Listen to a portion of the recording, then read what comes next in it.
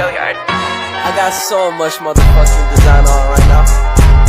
Break it down, bring it back, make it clap. I got 3 old thoughts, new block, where that day. Bitches on my line, and you know they come straight. Hold up, what it not, 45, scope it cash like whoa.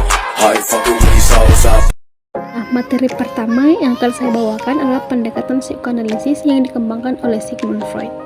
Nah, psikoanalisis mulai diperkenalkan oleh Sigmund Freud pada buku pertamanya, yaitu Penafsiran Atas Mimpi pada tahun 1900. Nah, ia mengemukakan pandangannya bahwa struktur kejiwaan manusia sebagian besar terdiri dari alam ketidaksadaran.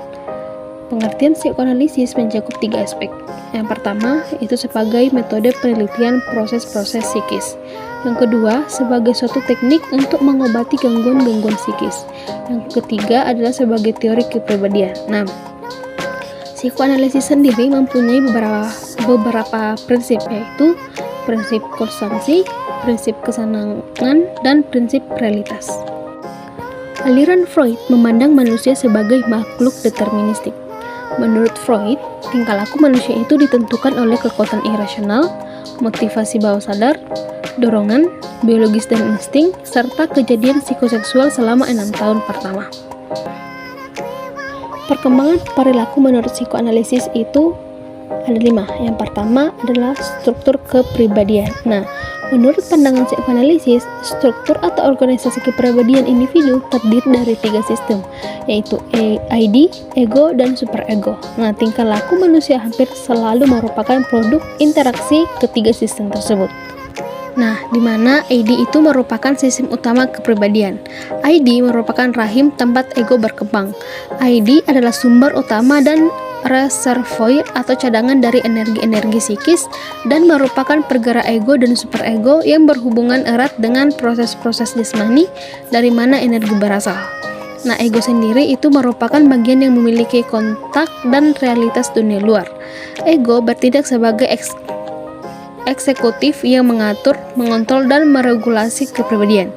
Ego dapat dianalogikan sebagai polisi lalu lintas untuk ID, superego, dan dunia. Nah, tugas utama ego adalah memediasi antara insting dan lingkungan sekitar.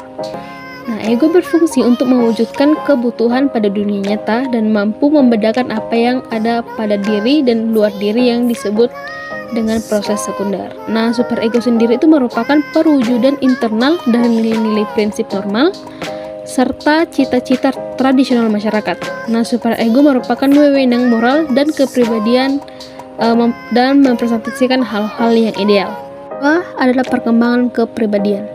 Dalam pendekatan psikoanalisis terdapat 5 fase perkembangan psikoseksual, yaitu yang pertama fase oral 0 sampai 1 tahun. Yang kedua, fase anal 1 sampai 3 tahun.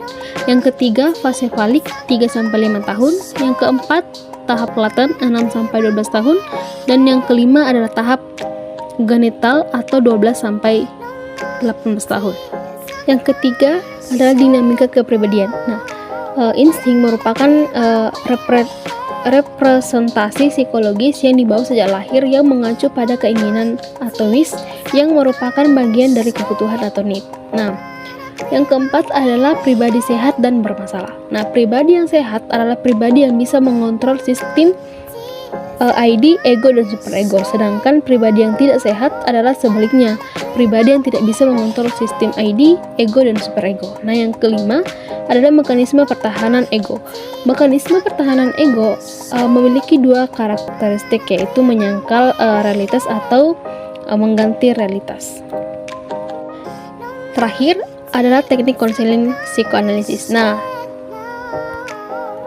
dalam psikoterapi Freud menerapkan 5 teknik, yaitu teknik asosiasi bebas, analisis mimpi, analisis transferensi, analisis resistensi, dan interpretasi. Nah, demikian yang bisa saya sampaikan mengenai materi pendekatan psikoanalisis. Selanjutnya kita melangkah ke materi yang kedua, yaitu pendekatan Adlerian.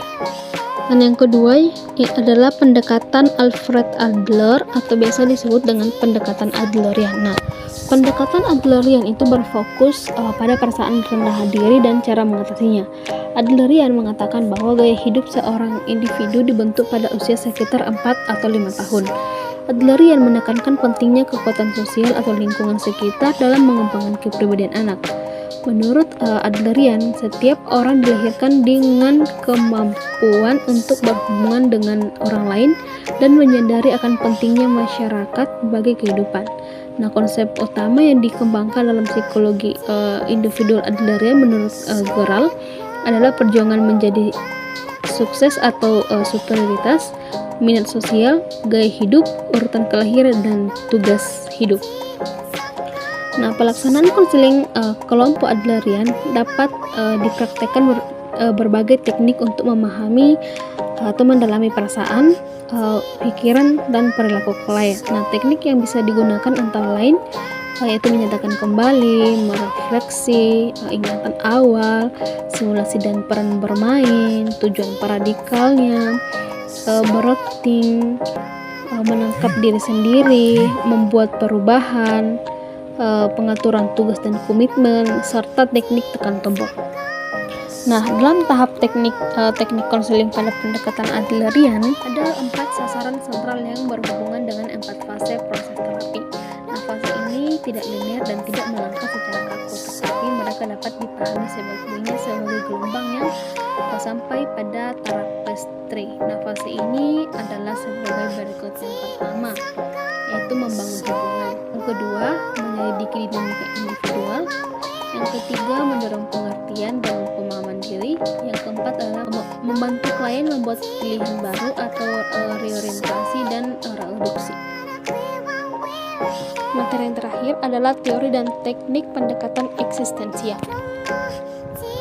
Nah, pendekatan eksistensial humanistik ini berfokus pada sifat dan kondisi manusia yang mencakup kesanggupan untuk menyadari diri, bebas memilih untuk menentukan nasib sendiri, kebebasan dan tanggung jawab, kecemasan sebagai suatu unsur dasar, pencarian makna yang unik dalam dunia yang tak bermakna, berada diri dan berada dalam hubungan dengan orang lain, keterhinggaan dan kematian, dan kecenderungan memaksakan diri. Nah, pendekatan ini memberikan kontribusi yang besar dalam bidang psikologi, yakni tentang penekanannya terhadap kualitas manusia terhadap manusia lain dalam proses terapeutik. Nah, adapun tahapan dan teknik konseling dengan pendekatan eksistensial, yang pertama itu adalah tahapan konseling. Nah, di awal sesi konseling, konselor akan membantu konseli dalam menggali hingga ditentukannya asumsi tentang dunia diri mereka. Konseli diundang untuk mendefinisikan dan mempertanyakan cara-cara di mana mereka itu melihat dan memahami keberadaan mereka. Mereka memeriksa nilai-nilai mereka, keyakinan, dan asumsi untuk menentukan validasi mereka, dan konselor mengajarkan mereka sebagaimana untuk merefleksikan eksistensi mereka sendiri dan untuk memeriksa peran mereka dalam menciptakan masalah mereka dalam hidup. Adapun prinsip-prinsip itu terdiri atas 6 tahap, yaitu yang pertama adalah tahap penilaian, tahap yang kedua itu mengidentifikasi perhatian, tahap ketiga mengajarkan proses pencarian, tahap keempat mengidentifikasi perlawanan, tahap kelima itu pekerjaan terapeutik, dan tahap keenam itu pemutusan. Yang kedua adalah teknik konseling. Nah, ada beberapa teknik konseling yang dapat dijelaskan. Yang pertama itu adalah penggunaan silence, di mana dalam proses konseling itu eksistensial terjadi dialog mengenai peranan konseli dan konselor dalam sesi konseling. Nah, setelah ketentuan diterapkan, konselor memasuki masa keheningan, meminta konseli untuk mengambil langkah apa yang akan dilakukan, dan diam akan menjadi salah satu bagian yang penting dalam konseling. Yang kedua, pertanyaan konstruktif. Nah, konselor eksistensial mengajukan pertanyaan untuk mendasari cerita konseli dan cara menggunakan perangkat menggunakan informasi.